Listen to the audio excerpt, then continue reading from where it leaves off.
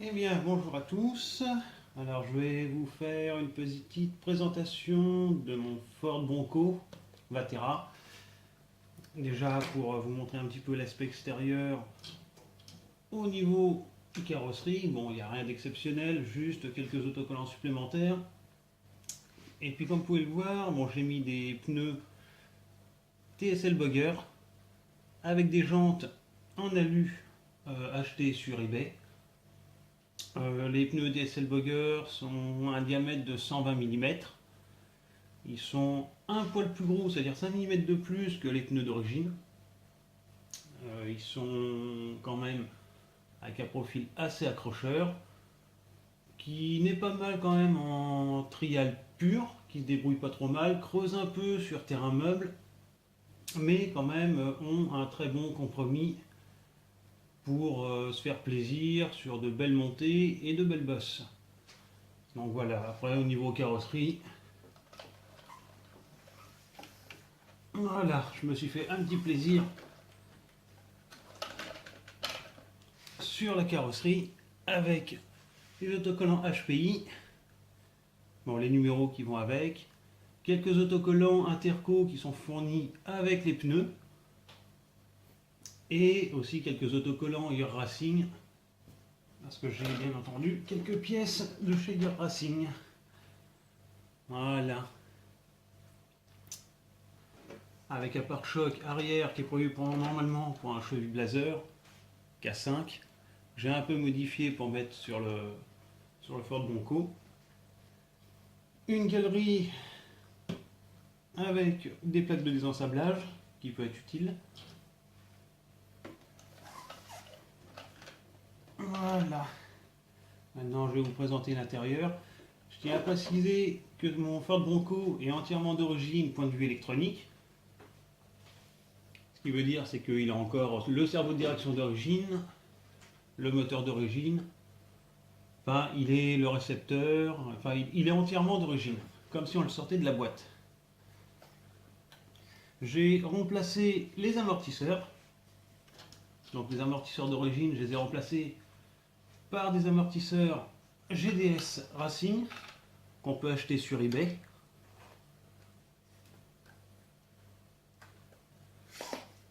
Ils ont une copie quasiment similaire au Boom Racing.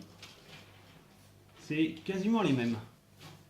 Voilà, je vais essayer de vous les montrer d'un peu plus près.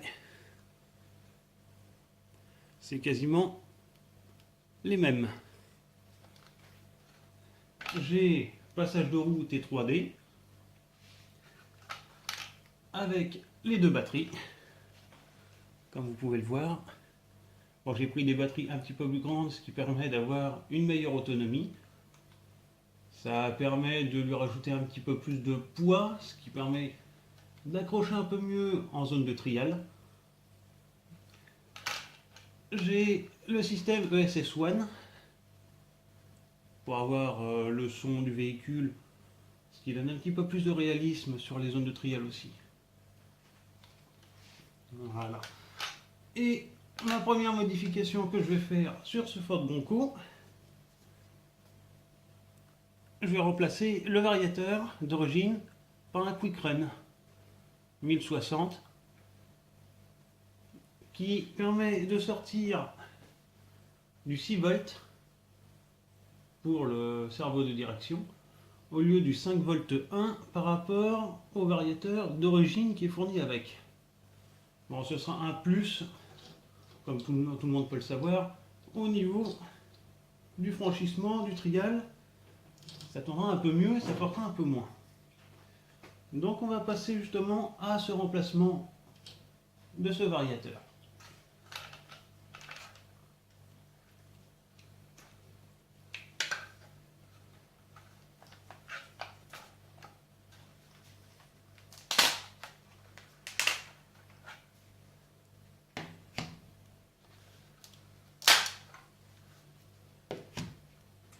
Alors, donc déjà, on va sortir le Quick Run. Je vais vous le présenter un petit peu en image. Alors voilà. il est dans sa boîte. Il est un peu plus petit que celui d'origine, donc un peu plus de gain de place. Pas compliqué à monter parce qu'il n'y a aucun réglage à faire, à part les deux petits curseurs qui sont sur le côté.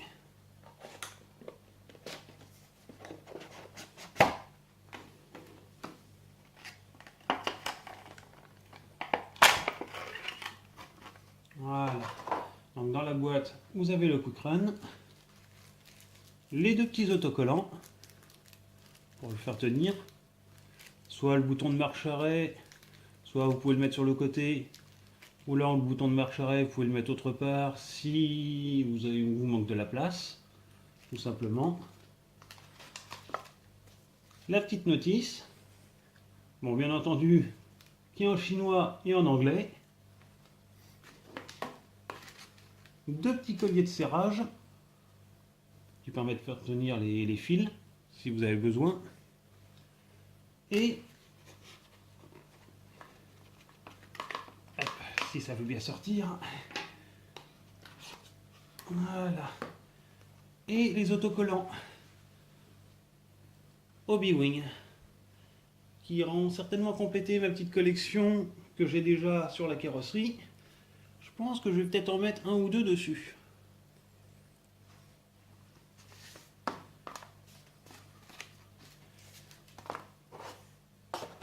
Donc maintenant, on va passer au remplacement.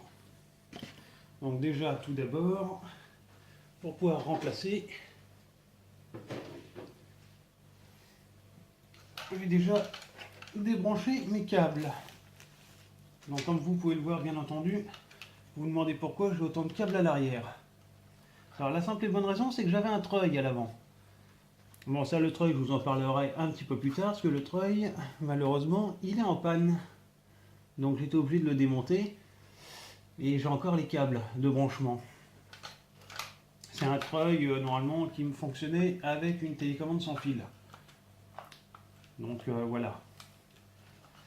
Bon, je vous expliquerai plus tard le treuil, pourquoi, le pour et le contre de ce treuil-là. Je vous expliquerai un petit peu plus en détail pour quelle raison il est tombé en panne.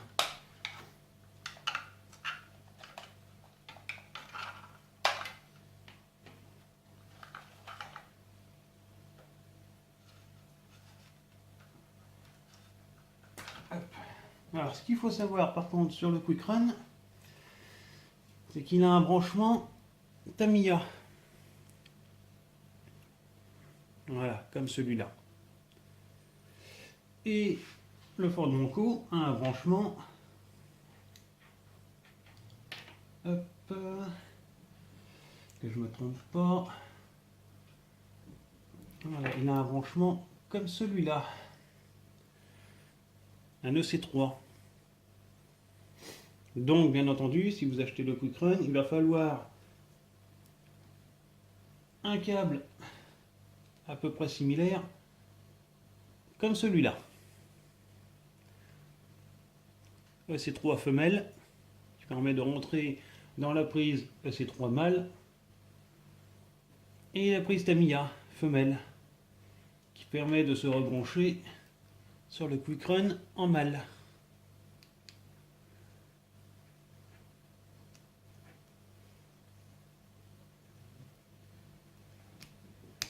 Voilà, comme celui-là. Comme ça, vous pouvez le brancher directement à votre véhicule. Donc, tout d'abord, pour pouvoir remplacer ce variateur d'origine, alors, première chose, hop, alors, on va mettre ça sur le côté. Alors, première chose, vous débranchez le moteur. Voilà, ça c'est la première chose. Voilà, vous débranchez le moteur. Ensuite, vous ouvrez la petite boîte étanche qui est ici, où il y a le récepteur.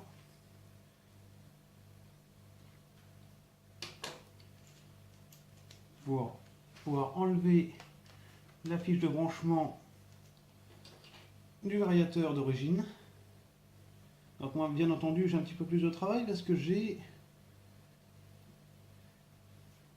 le SS1 qui est branché dedans. Alors vous allez me dire, c'est un peu idiot? Oui, parce que quand j'ai besoin de faire une modification sur le SS1, je suis obligé de l'ouvrir. Parce que la fiche de branchement pour aller sur l'ordinateur est à l'intérieur. Bon, c'est un choix que j'ai fait. Comme de toute façon, je n'avais pas l'intention de remodifier après par la suite. Donc c'est un choix que j'ai fait de le mettre à l'intérieur. C'est un gain de place.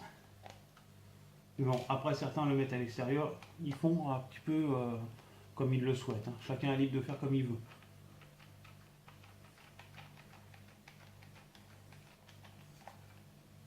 Voilà.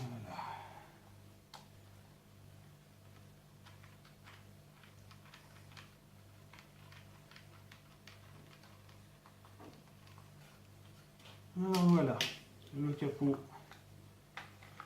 est ouvert, comme ceci. Donc là vous voyez le récepteur, tous les câbles de branchement. Donc ce qu'on va faire maintenant, hop, alors, vous repérez, alors déjà première chose, hop, on va essayer de sortir tout ça.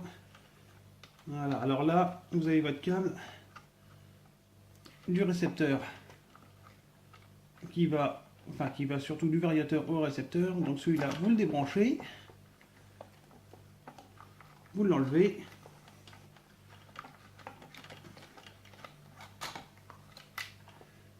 Voilà. Vous enlevez le bouton. Vous enlevez le petit autocollant, parce que malheureusement il colle plus depuis le temps. Enfin, plus tellement. Voilà. Alors ça, par contre, vous êtes obligé. Hop. Alors.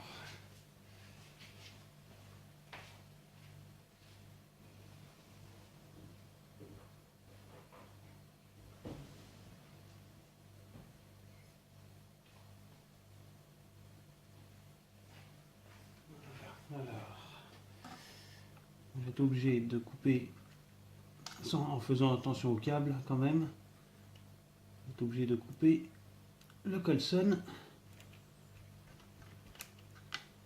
Voilà, parce qu'autrement ça passera jamais.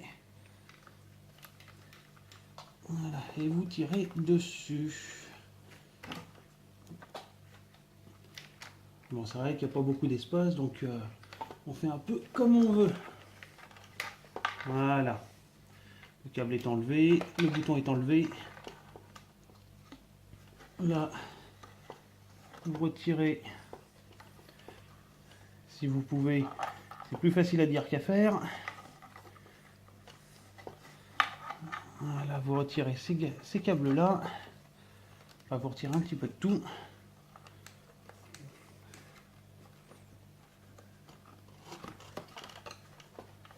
C'est vrai qu'il n'y a pas beaucoup de place pour tout enlever.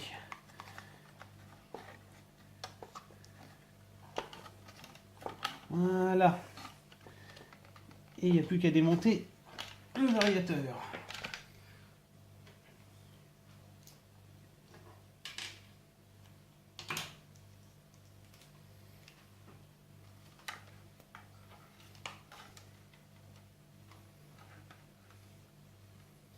Bien entendu, il faut faire attention parce que c'est des pattes en plastique qui tirent le variateur d'origine, donc il faut y faire très attention.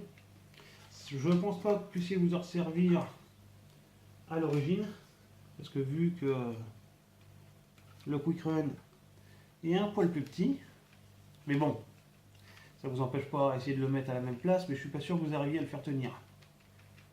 À moins de garder le même ensemble.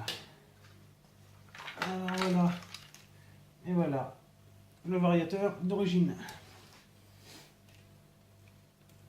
Avec les petits curseurs, le même principe que le Quick Run. Voilà celui d'origine. Et voilà le Quick Run à côté. Donc on va passer maintenant en montage du Quick Run.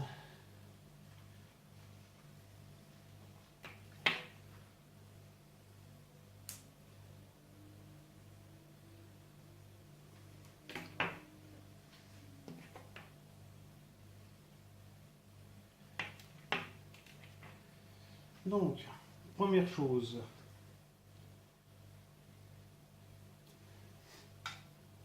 on va essayer de faire passer, pareil, vous mettez les câbles dans le même sens. Bon, c'est plus facile à dire qu'à faire, vous me direz, parce que, pareil, il y a toujours un manque de place à l'intérieur. Voilà, donc déjà, ce câble-là est passé.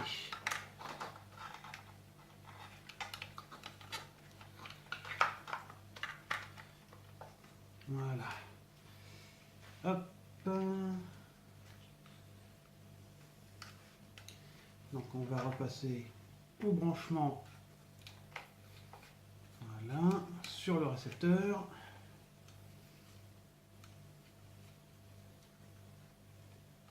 Faites attention de bien brancher la fiche de branchement du récepteur dans le bon sens.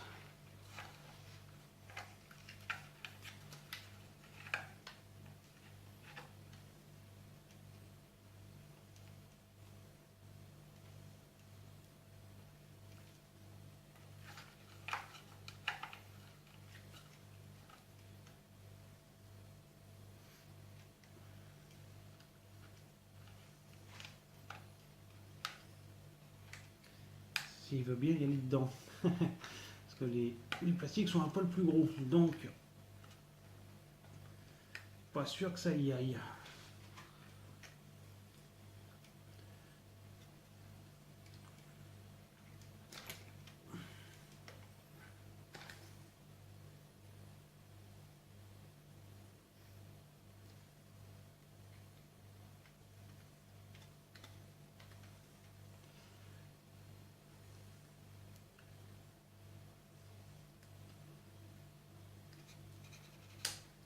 Voilà. C'est plus difficile à mettre. Enfin, plus difficile à remettre qu'à enlever en fait. Mais bon. On y arrive, c'est comme tout. Il faut prendre son temps. Voilà, donc moi c'est branché sur le récepteur. Ce que je vais faire, c'est que maintenant, je vais faire repasser le SS1 à l'extérieur.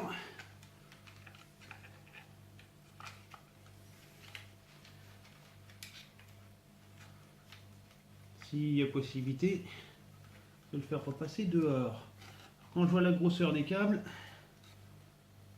c'est plus facile à dire qu'à faire.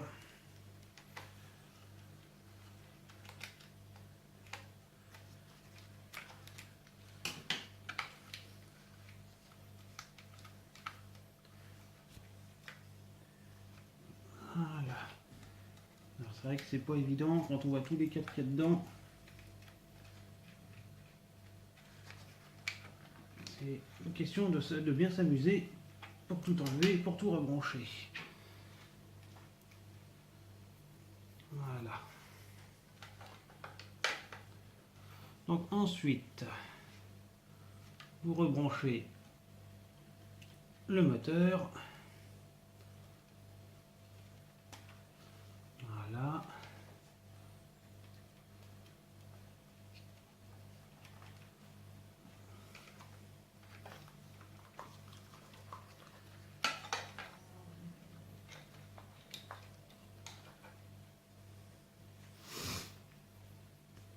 Hop.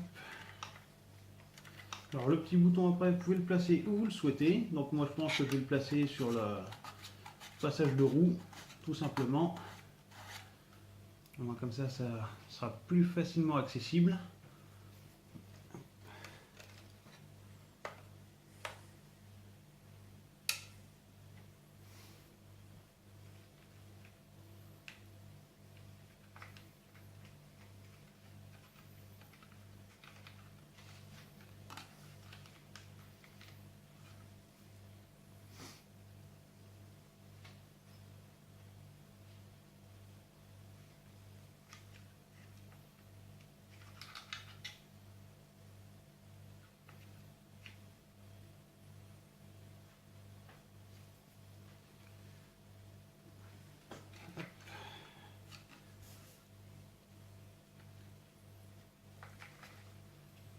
Alors, on va essayer de tout remettre tout ça là-dedans. Parce que c'est pas évident, il n'y a pas beaucoup de place.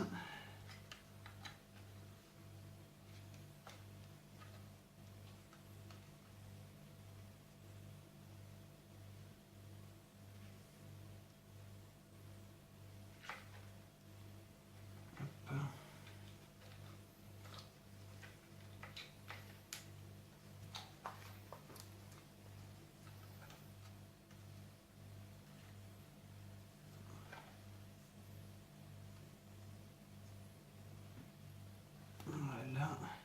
Donc là, j'ai rebranché mon SS1. Alors, ce qu'il faut savoir sur le Quick Run, c'est que vous avez comme tous les variateurs de toute façon, vous avez une version avant frein arrière, une version avant arrière et une version avant arrière et frein moteur. Apparemment, à ce que j'ai pu voir sur les sites internet, le Dark Brake du Quick Run est quasiment 100%. Donc après, c'est à vous de tester sur le terrain. Il y a juste le curseur, soit vous le mettez sur avant, frein, arrière, ou alors vous enlevez tout simplement le curseur pour avoir l'avant, l'arrière et le frein moteur. Ça après, c'est à vous d'essayer sur le terrain, voir comment que ça se passe. Enfin voilà. Donc maintenant, on va refermer tout ça. Donc là, je vais remettre le capot. Refermer la boîte étanche. Si ça veut bien fermer, parce que maintenant que j'ai bougé tous les câbles, c'est plus facile à dire qu'à faire. Là, c'est pas garanti que j'arrive à tout refermer.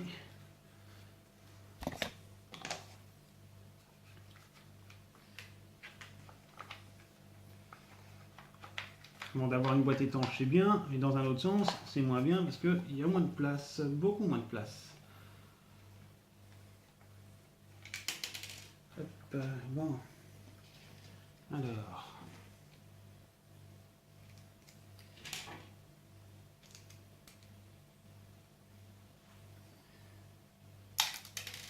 Décidément, quand ta vis ne veut pas tenir. Hop.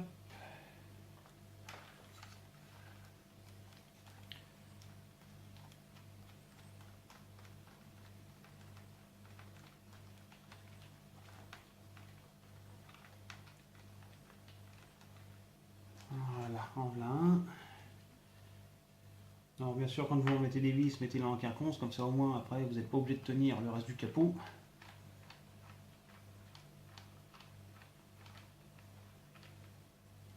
Voilà.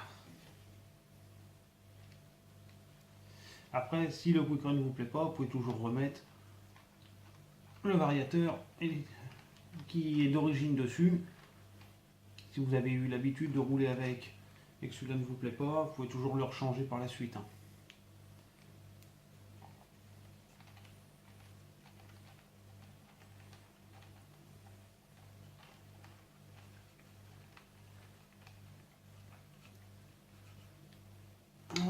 Et voilà. Donc là, je vais remettre quand même mon système sans fil de mon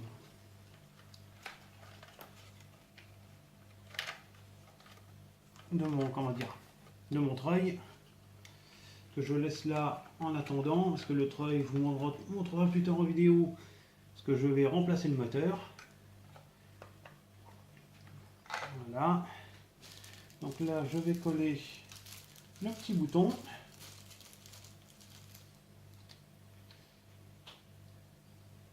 Voilà, donc comme vous pouvez le voir, vous avez une grande partie de scotch pour coller le Quick Run et une petite partie pour coller le bouton, tout simplement.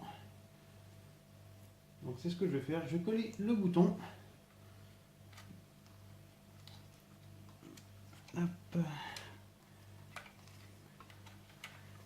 Voilà.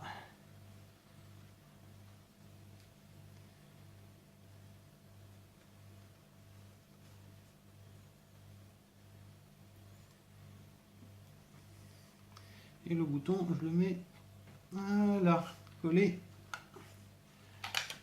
Voilà, à cet endroit-là. Voilà, ça vous permet de l'allumer et de l'éteindre. D'habitude, il est collé sur la petite boîte. Là, je l'ai mis accessible sur le côté. Il prendra certainement moins de poussière à cet endroit-là aussi. Ce sera certainement plus facile. Donc, prochaine fois, il y aura bon, déjà une vidéo d'essai du Quick Run en version Dark Brake. Et après, je le ferai avec la position, enfin le frein du moteur, tout simplement. Par la suite, je ferai peut-être une vidéo de mon remplacement de cerveau de direction. Parce que pendant que j'y suis, je vais vous montrer le cerveau de direction d'origine qui commence à être un petit peu faiblard et commence à avoir quelques petits problèmes. Donc si vous regardez la vidéo, vous avez eu des cas similaires, vous m'en faites part, tout simplement. À savoir, est-ce que ça vous est déjà arrivé sur ce type de cerveau de direction? Personnellement, j'ai jamais vu ça encore. Un cerveau de direction qui a eu autant de jeux. Je sais pas trop ce qu'il a, mais... Ah bon, je vais vous montrer ça tout de suite. Vous allez me dire ce que vous en pensez. Alors voilà. Si je prends mes deux roues à l'avant... Voilà. Attendez, je vais essayer de vous le présenter un peu mieux. Voilà. Si vous regardez mes roues... Voilà.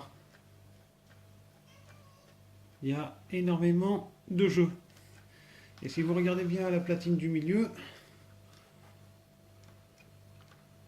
on voit bien que l'axe à l'intérieur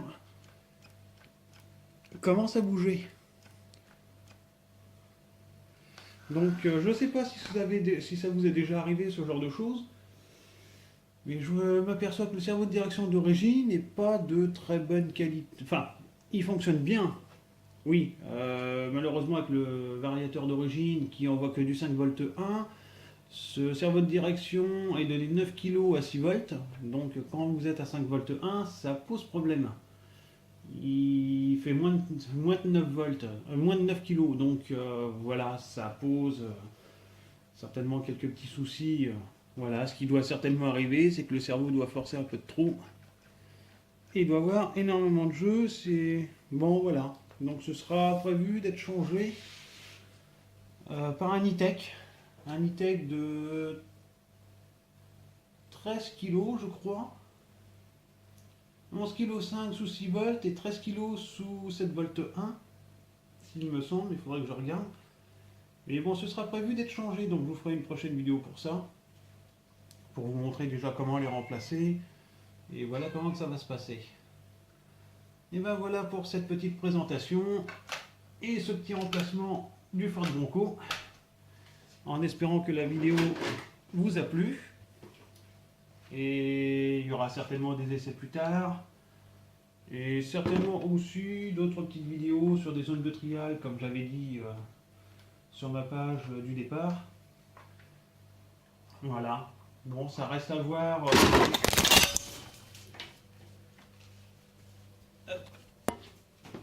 Voilà, il y a eu une petite gaffe. Excusez-moi, désolé. C'est des choses qui peuvent arriver. Hop.